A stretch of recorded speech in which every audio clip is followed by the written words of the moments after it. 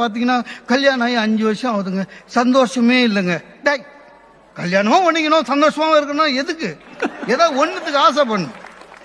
அந்த சந்தோஷம்ன்றது கல்யாண காம்போல வராது.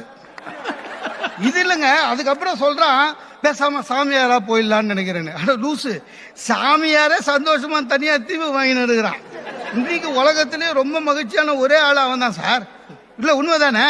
சந்தேகம் தான் நடுவரை கேளுங்க. கைலாசாக்காக தான் ஆன்மீக ஆலோசகர். எதுவா இருந்தாலும் சரிங்க சார், சமாளிக்கணும் சார். சில பேர் காது ஷார்ப்பா இருக்கும், எனக்கு கூட தான் காது ஷார்ப்பா இருக்குது. ஆனா சில நேரத்தில் காது செவிட்டு மாதிரி தான் இருப்பேன். வேற வழி கிடையாது. இல்லைன்னா டென்ஷன் ஆகணும். வாழ்க்கையை அழகா வாழ கத்துக்கணும். வீட்டிலங்க என் ஒய்ஃப் வந்து பாத்தீங்கன்னா என் பையனை அவ்வளோ கொஞ்சுவா, பேபி பேபி பேபின்றா. நம்ம இருக்கும்போது அவனை திட்டுறா. சத்தியமா சொல்றான், அதை அவனை தான் திட்டுறாளா நம்மளை திட்டுறாளா ஒன்னும் புரியாது. எனக்குன்னு வந்து வாட்சியடான்றா. என்ன சொன்ன மாதிரியே இருக்கும். எத்தனை வாட்டி சொன்னாலும் உனக்குலாம் மண்டையில ஏறாதா? இன்னும் எத்தனை வருஷம் உங்க கூட குப்பை கொட்டணுமோ? இதெல்லாம் பையனை பார்த்து சொல்றா. இல்ல, நம்மளை பார்த்துதான். நம்ம அதுக்கெல்லாம் வந்து கவலைப்படக்கூடாது.